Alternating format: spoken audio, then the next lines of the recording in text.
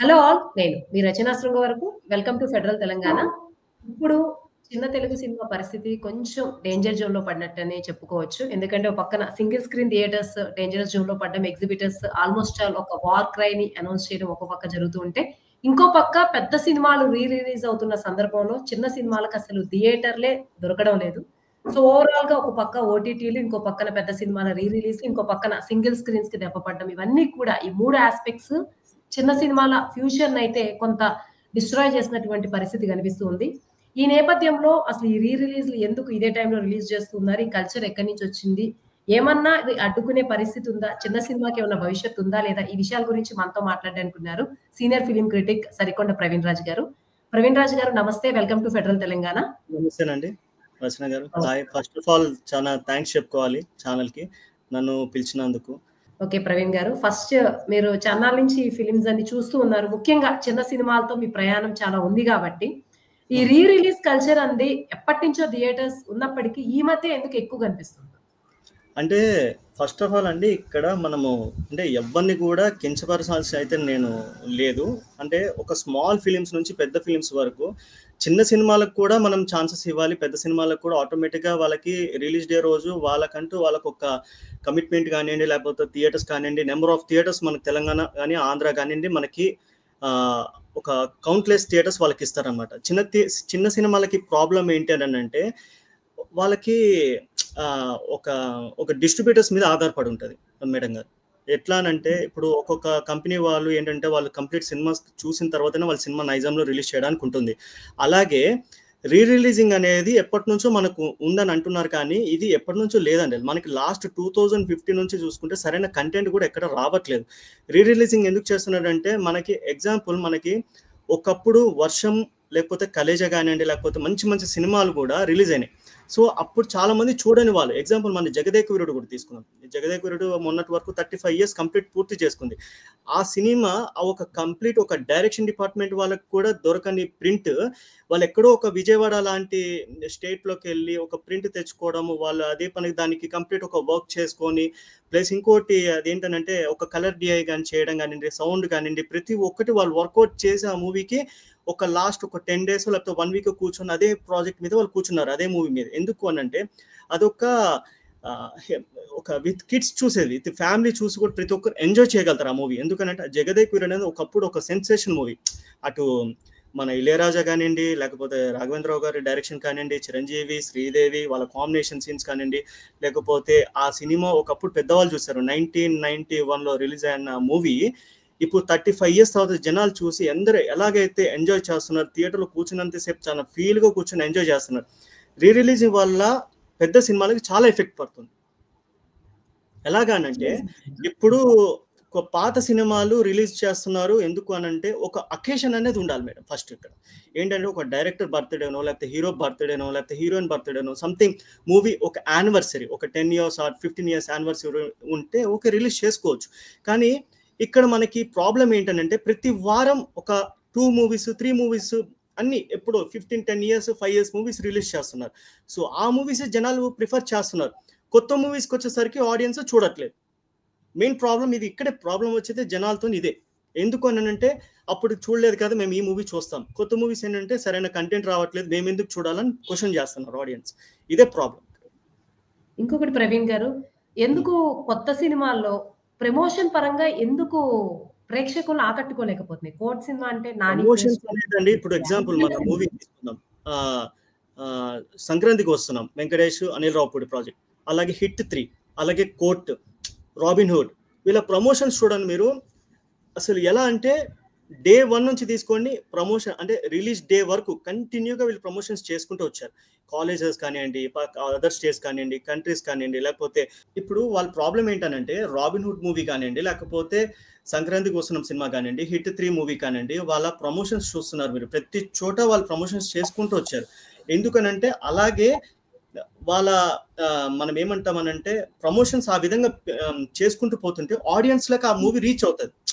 చిన్న మూవీస్ ఎలా అంటే చిన్న మూవీస్ కూడా వస్తున్నట్టు తెలీదు, అసలు ఎప్పుడు రిలీజ్ అయినో తెలియదు, ఎప్పుడు ఓటీటీకి వస్తున్నాయో కూడా తెలియదు. అది కూడా ఏంటంటే ఒక 1 వీక్ తర్వాత ఆడియన్స్ కి తెలుస్తుంది పలానా సినిమా కూడా వచ్చిందా, పలానా సినిమా కూడా రిలీజ్ అయిందా. ఏంటంటే ఆడియోస్ వింటున్నారు, సినిమా టీజర్లు చూస్తారు, గ్లిమ్స్ చూస్తారు, కానీ సినిమా రిలీజ్ అయినట్టు తెలియట్లేదు. ఎందుకనంటే ప్రమోషన్స్ వల్లే చాలా ప్రాబ్లం అవుతుంది ఇక్కడ.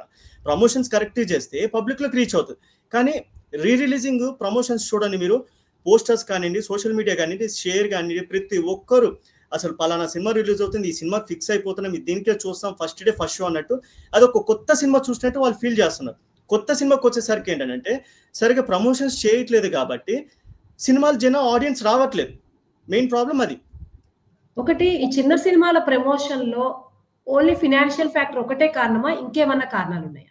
ప్రమోషన్ ఎక్కువ చేసుకునే ఏం మేడం?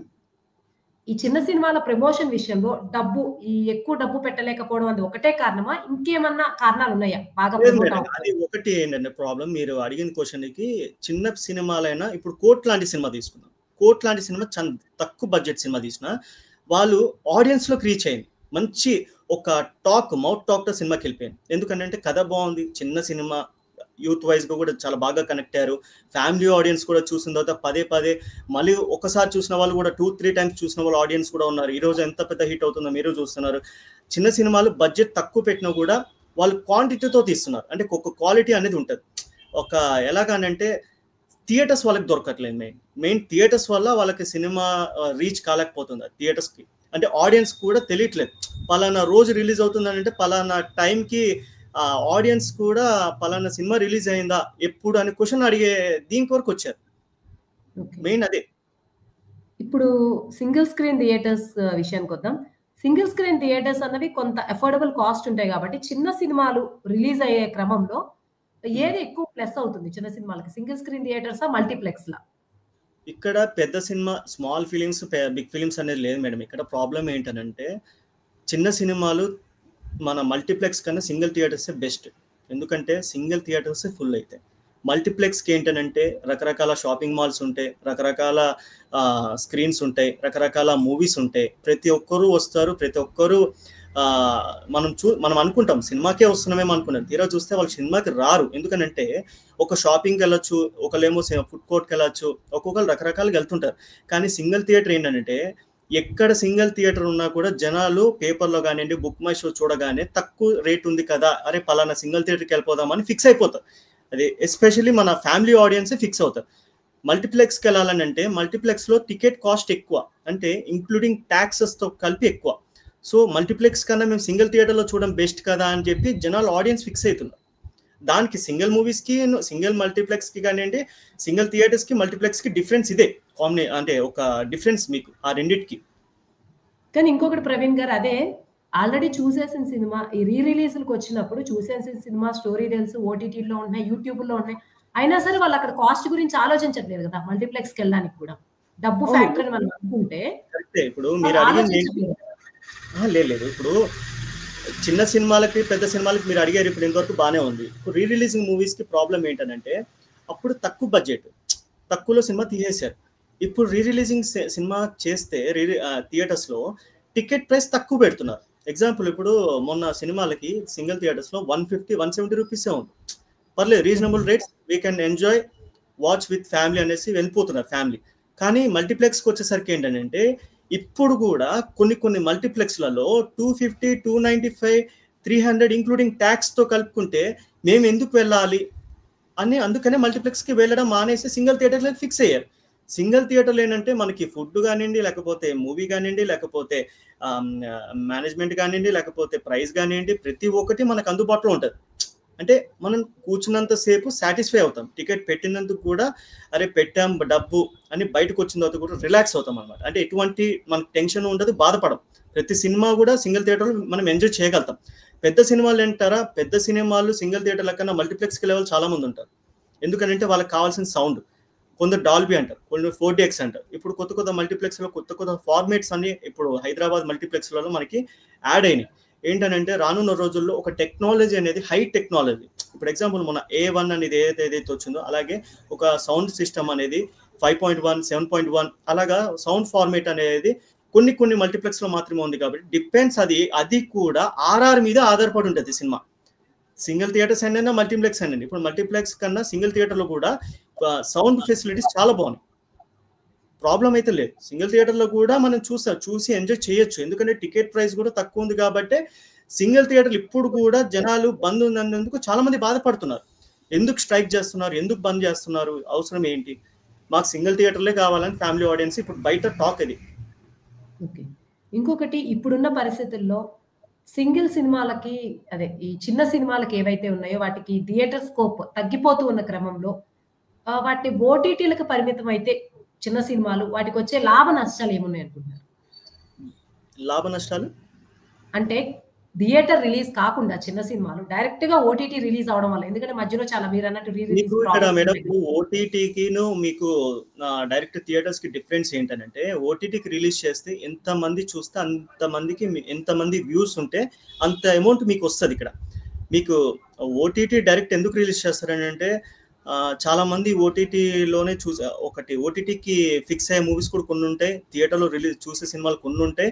ఇప్పుడు మీకు మొన్న అనగనగా మూవీ లాంటి సినిమా అది ఓటీటీ రిలీజ్ మూవీ కాదండి, అది థియేటర్లో చూడాల్సిన సినిమానే అది. కానీ ఏంటంటే కొంచెం ఫైనాన్షియల్గా కొంచెం ప్రాబ్లమ్స్ ఉంటారు కాబట్టి కొందరు, కాకపోతే ఇది డైరెక్ట్ రిలీజ్ చేస్తారు, డైరెక్ట్ ఓటీటీకి రిలీజ్ చేస్తే చూస్తారు అనొక టీమ్ కానివ్వండి ఎవరైనా కూడా కొన్ని సజెషన్స్ కూడా ఉంటాయి. కానీ అది ఎంతవరకు సజెషన్స్ మనం చెప్పడానికి అయితే లేదు. కానీ ఓటీటీకి అంకితమయ్యే వాళ్ళు చాలా మంది ఉన్నారు. ఇప్పుడు ఆ ఓటీటీ ఎక్స్పీరియన్సే వీ కెన్ ఎంజాయ్ అని అంటున్నారు అందరు. థియేటర్ కన్నా ఓటీటీ ది బెస్ట్ అనే వాళ్ళు చాలా మంది ఉన్నారు. 99% కూడా 100% ఇప్పుడు కూడా అదే మెంటల్గా ఫిక్స్ అయ్యి ముందుకెళ్లే వాళ్ళు ఉన్నారు. ఇప్పుడున్న పరిస్థితుల్లో ఇక చిన్న సినిమాలకి కంప్లీట్‌గా ఓటీటీయే ఒక ఫ్యూచర్ అయ్యే పరిణామం ఉందా? లేకపోతే అది కూడా థియేటర్ వరకు ఒక సక్సెస్ స్టాక్ తెచ్చుకొని వచ్చే రోజులున్నాయి అనుకుంటున్నారా? లేదు చిన్న లేదు ఇది సినిమాలు. ఎప్పటికీ చిన్న సినిమా అయినా పెద్ద సినిమా అయినా ఏదైనా కూడా మనకి 35mm 70mm అని అంటాం. ఎందుకనంటే ఆన్ స్క్రీన్ సినిమా చూసిన ఆ ఫీల్ కంప్లీట్ డిఫరెంట్ అని. ఓటీటీలో చూస్తే మాత్రం ఆ ఎక్స్పీరియన్స్ మనం ఎంజాయ్ చేయలేం.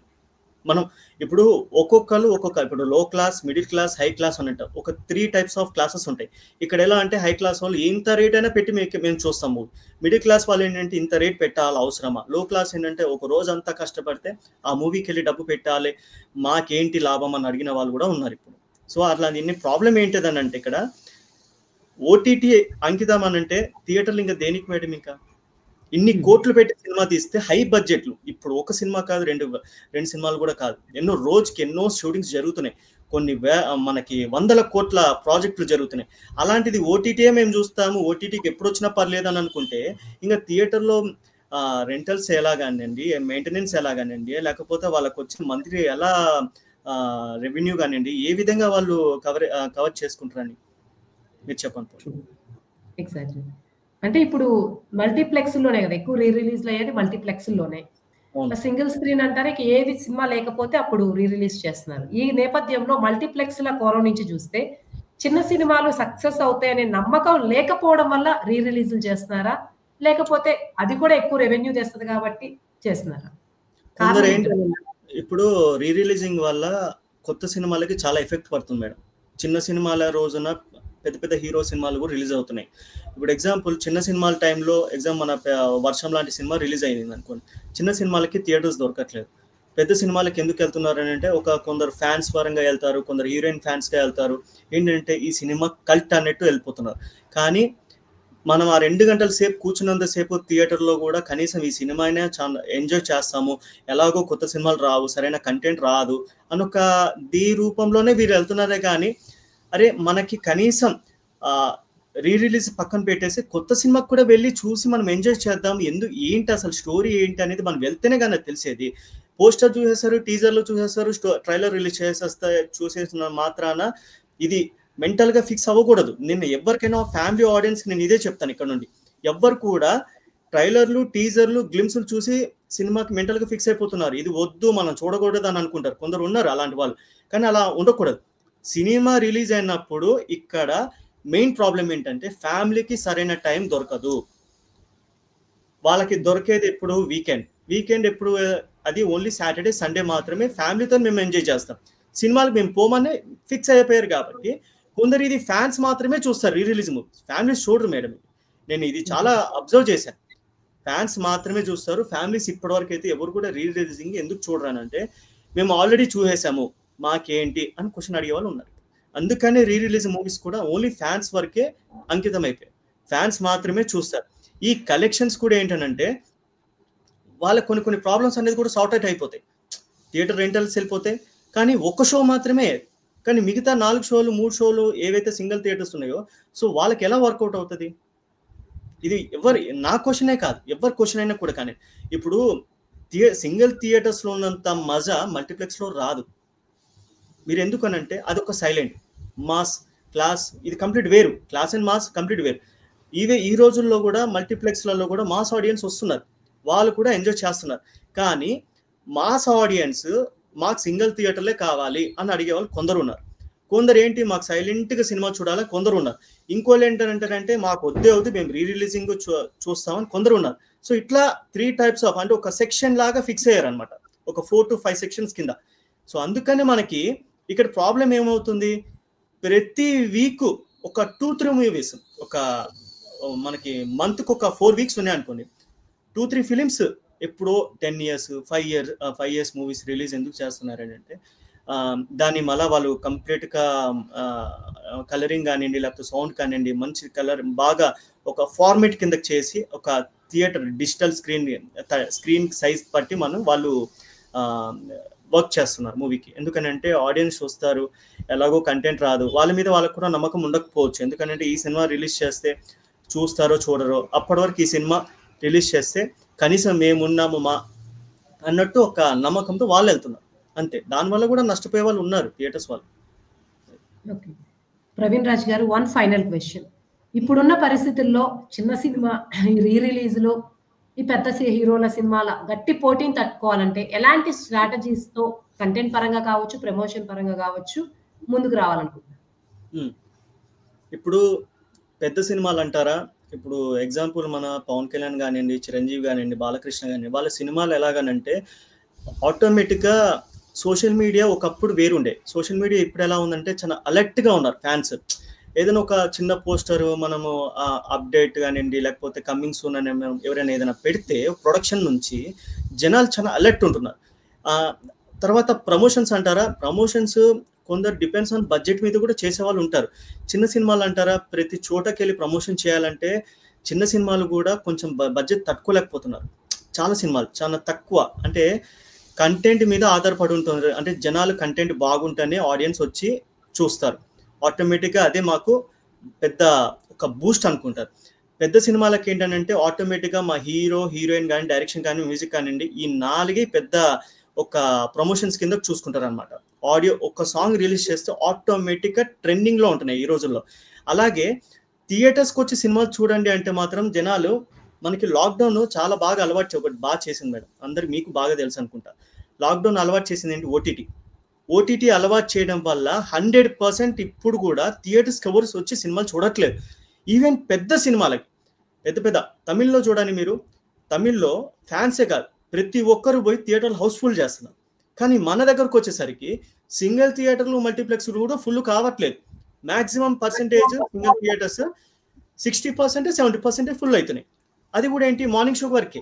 మళ్ళీ మిగతా షోస్ హౌస్‌ఫుల్ కావట్లేదు. ఇక్కడ ప్రాబ్లం ఏంటిది? మన ఎవరైతే ఈ యూట్యూబ్స్ రివ్యూవర్స్ ఉంటారో వాళ్ళు వచ్చి ధూమ్ ధామ్ హడావుడి చేసేస్తే మంచి సినిమాని కూడా నెగిటివ్ చేస్తున్నారు, నెగిటివ్ సినిమాని పాజిటివ్ చేస్తున్నారు. సో ఇక్కడ ఫ్యామిలీ ఆడియన్స్ కంప్లీట్‌గా ఒక డిస్టర్బెన్స్ అవుతున్నారు. అరే ఇంత మంచి సినిమాని కూడా మేము కొందరైతే ఫ్యామిలీ నేను విన్నాను మేడం అసలు. ఇంత మంచి సినిమా నేను మిస్ అయ్యానా? చాలా మంది అన్నవాళ్ళు ఉన్నారు. ఎప్పుడు కూడా మనం మీడియా ముందు వచ్చేటప్పుడు పలానా సినిమాని మనం ఎప్పుడు కూడా ఎంకరేజ్ చేయాలి.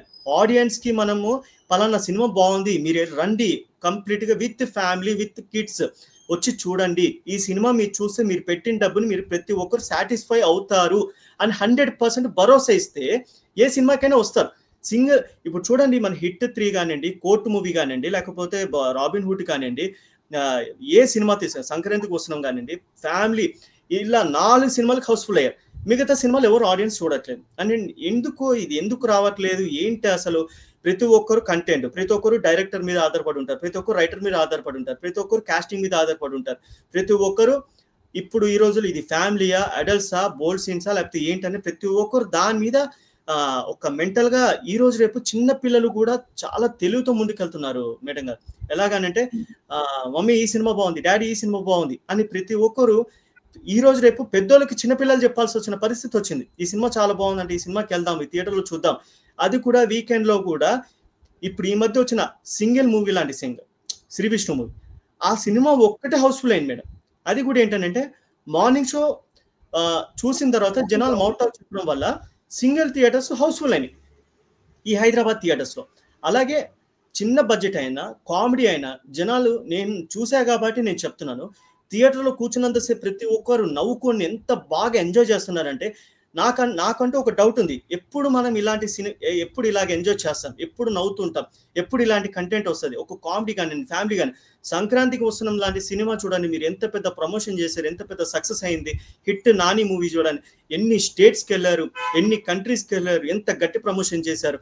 ఇప్పుడు అలాగే రాబిన్ హుడ్, నితిన్ లాంటి మూవీ కూడా చిన్న సినిమాలకి ప్రమోషన్స్ ఎందుకు చేయట్లేదంటే చిన్న సినిమాలను కూడా చాలా మంది తిట్టే వాళ్ళు ఉన్నారు. కానీ అర్థం చేసుకోవాల్సింది ఏంటంటే మనం చిన్న సినిమా వాళ్ళని ఎప్పుడూ తిట్టకూడదు. ఎందుకంటే లో బడ్జెట్ పెట్టినా కూడా వాళ్ళ బడ్జెట్ మేము ఇంతే, మేము రిలీజ్ చేస్తాం. కానీ వాళ్ళు ఒకటి ప్రాబ్లం ఏంటంటే మాకు నైజాంలో థియేటర్ ఇస్తే చాలు, మేము మా అంతటా మేమే సినిమాని ముందుకు తీసుకెళ్తాము. ఆడియన్స్ ముందు సినిమా చూసిన తర్వాత మౌత్ టాక్ తో పబ్లిక్కి అది ఆటోమేటిక్గా రీచ్ అవుతుంది. ఒక దీంతోనే వాళ్ళు ఫిక్స్ అవుతారు లో budget movies. High budget movies అలా కాదు. ఎందుకనంటే కంటిన్యూ మీరు బుక్ మై షో ఓపెన్ చేస్తే బుక్ మై షో అన్ని హౌస్ఫుల్ అయిపోతాయి. ఎందుకనంటే ఈ షో కాకపోయినా నెక్స్ట్ షో కైనా బుక్ చేసుకోవాలా, ఎక్కడ ఎంత దూరమైనా ఫిక్స్ అయిపోతారు, వెళ్ళిపోతారు. కానీ చిన్న సినిమాలు అలా కాదు మేడం. నియర్ బై థియేటర్స్ చూసుకుంటారు, దాని టికెట్ ప్రైస్ చూస్తారు. ప్లస్ ఇంకోటి ఏంటంటే మనకి పెద్ద మల్టీప్లెక్స్లలో కొందరు ఏంటంటే టికెట్ ప్రైస్ కూడా చూస్తారు, ఇంక్లూడింగ్ ట్యాక్స్లు. ఈ మధ్య కూడా టికెట్ రేట్లు పెంచారు ఎక్కువగా. దానికి ఏంటంటే బడ్జెట్ పెరిగిపోవడం వల్ల, రెమ్యునేషన్స్ పెరిగిపోవడం వల్ల బయట లొకేషన్స్ కానివ్వండి, సెట్స్ కానివ్వండి, ప్రతి పైసా టు పైసా పెరిగిపోయింది. కాబట్టి అన్ని రెమ్యునేషన్ కూడా ఈవెన్ సినిమా హీరో కానివ్వండి, హీరోయిన్ కానివ్వండి, ప్రొడ్యూసర్ కానివ్వండి, డైరెక్టర్ కానివ్వండి, టెక్నీషియన్గా సినిమా యూనిట్ ఖచ్చితంగా ఇప్పుడు మనం అందరూ కలిసి సినిమా ఇండస్ట్రీ మీద చాలా మంది ఒక ఎలా ఉందనంటే అదొక ఏదో తుఫాన్ లాగా వచ్చి అందరు మీద పడిపోతున్నారు. ఇండస్ట్రీ వైపున ఎలాంటి తప్పు కూడా లేదు. ఎందుకు అంటారా, ఒక అందరు కలిసికట్టుగా ముందుకు వచ్చి పలానా మాకు సమస్య ఉంది అని కూర్చొని ఒక పేపర్ నోట్ మీద మాకు రాసిస్తే, ఒక పెద్దవాళ్ళు, పెద్ద కమిటీ, ప్రొడక్షన్ కౌన్సిల్ కానివ్వండి, డైరెక్షన్ కౌన్సిల్ కానివ్వండి, ఆర్టిస్ట్ అసోసియేషన్ కానివ్వండి, వీళ్ళకి వెళ్ళి థియేటర్స్ ఎగ్జిబిటర్స్ ఎవరైతే ఉంటారో వాళ్ళు వెళ్ళి మాకు సమస్యలు ఇలా ఉన్నాయండి, మాకు ప్రాబ్లమ్స్ ఇలా ఉన్నాయి, మీరు సాల్వ్ చేయండి అని అంటే కూర్చుంటే మనం అడిగిన ఒక పేపర్ వైట్ పేపర్లో రాసిస్తే ఖచ్చితంగా వాళ్ళు మనకి ప్రాబ్లమ్స్ సార్ట్అవుట్ చేస్తారు. ఇప్పుడు తెలుగు రాష్ట్రాలు, ఆంధ్రప్రదేశ్ కానివ్వండి, ఇటు తెలంగాణ స్టేట్ కానివ్వండి, ఇక్కడ ప్రతి మన ప్రాబ్లమ్స్ మన గవర్నమెంట్ అన్ని విధాలుగా మనకి ఇండస్ట్రీకి హెల్ప్ చేస్తుంది. ఇప్పుడు మిడ్ నైట్ షోస్ కానివ్వండి, స్పెషల్ షోస్ కానివ్వండి, లేకపోతే టికెట్స్ ప్రైస్ కానివ్వండి, లేకపోతే తెలంగాణ స్టేట్ కానివ్వండి, ఆంధ్ర స్టేట్ కానివ్వండి, పర్మిషన్స్ విధాలుగా అన్ని విధాలుగా మనకి సినిమాటోగ్రాఫర్స్ కానివ్వండి, లేకపోతే ముఖ్యమంత్రులు కానివ్వండి, ఇద్దరు వైపులా, రెండు స్టేట్లు కానివ్వండి, రెండు స్టేట్లు కూడా మనకి ఇండస్ట్రీకి ఎప్పుడు సపోర్ట్ ఉంటుంది. కానీ నేను ఒకటే చెప్పేది ఏంటంటే ఎప్పుడైనా మీరు అందరూ స్ట్రైక్ అనేది ఏదైనా ఉంటే మాత్రము కలిసికట్టుగా ఓకే అంటే ఇది మెంటల్ డెసిషన్స్ తీసుకోకూడదు. మెంటల్ డెసిషన్స్ తీసుకుంటే ఏమవుతుంది అంటే ఆడియన్స్ కూడా అలాగే ఫిక్స్ అయిపోతారు. సింగిల్ థియేటర్స్ బంద్ అయిపోతున్నాయి కదా, ఇంకా మేము మల్టీప్లెక్స్కి వెళ్ళి సినిమా చూసేస్తాము అని ఒక ధోరణిలో వెళ్ళిపోతున్నారు. ఓటీటీకి అని అంటారా, ఓటీటీ వల్ల చాలా మంది ఎలా ఫిక్స్ అయ్యారంటే మనం పెట్టే 1000-2000 రూపీస్ 1 year సబ్స్క్రైబ్ చేసుకోవచ్చు. 1 year సబ్స్క్రైబ్ చేసుకుంటే అన్లిమిటెడ్ మూవీస్ చూడొచ్చు అన్న ఒక ధోరణిలో ఫ్యామిలీస్ ఉన్నారు. ఇటు కొందరు యూత్ కానివ్వండి, లేకపోతే లో క్లాస్ కానివ్వండి, మిడిల్ క్లాస్ కానివ్వండి. ఈ రోజు రేపు ఏంటంటే చాలా ఇదొక ఐపీఎల్ టైప్ అనమాట. మనం ఒక సబ్స్క్రైబ్ చేసేసుకొని జస్ట్ అలా చూసేస్తారు. 1 month మ్యాచ్ ఉంటే ఇలా ఇదేంటంటే 1 year, అదే 1 month. సో డిఫరెన్స్ మనకి ఇక్కడ కనపడుతుంది. 1 yearలో మనం అన్ని సినిమాలు చూసేయచ్చు, అవసరమైతే తక్కువ రేటుకి వాళ్ళే సెకండ్ వీక్ తగ్గుతారు కదా అని ఒక రీతిలో ఫిక్స్ అయ్యారు. కానీ ఇక్కడ మనం అర్థం చేసుకోవాల్సింది ఏంటంటే కంటెంట్ వస్తుంది, కానీ ప్రతి సినిమా ప్రతి వీక్ వెళ్ళి చూస్తేనే కానీ మనం చెప్పచ్చు ఏ సినిమా బాగుంది, ఏ సినిమా బాగాలేదు. చూడకుండా చాలా మంది సినిమా బాగాలేదు అని చెప్పిన వాళ్ళు చాలా మంది ఉన్నారు. అది ఎలా చెప్తున్నారు నాకు అర్థం కాదు. ఇంకొకటి మీరు మాట్లాడుతున్నప్పుడు ఇందాక ఒకటి అన్నారు, సింగిల్ సినిమా విషయంలో మౌత్ టాక్ వల్ల, అంటే శ్రీ విష్ణు సినిమా కొంత ఫస్ట్ గా అయిన తర్వాత మిగిలినవన్నీ హౌస్ఫుల్ అయినాయి అని చెప్పారు కదా. అలాగే మీరు ఇందాక రివ్యూవర్స్ గురించి కూడా అన్నారు కాబట్టి రివ్యూవర్ల వల్ల వినిపోయిన సినిమాలు ఏమన్నా ఉన్నాయి చిన్న సినిమాలు? ఎందుకంటే హిట్ అయితే ఆడియన్స్ కూడా బాగుందని చెప్తారు. ఒక రివ్యూవర్స్ టాక్ ఇన్ఫ్లుయెన్స్ అవ్వదు కదా! ఎందుకంటే ఫస్ట్ షోకెళ్ళి మిగిలిన వాళ్ళు చెప్పిన మౌత్ టాక్ కూడా ఇన్ఫ్లుయెన్స్ ఉంటుంది కాబట్టి ఒట్టి రివ్యూవర్ల వల్ల చిన్న సినిమాలు నష్టపోతున్నాయి అనే వాదనలో ఎంత వరకు నిజం ఉంది?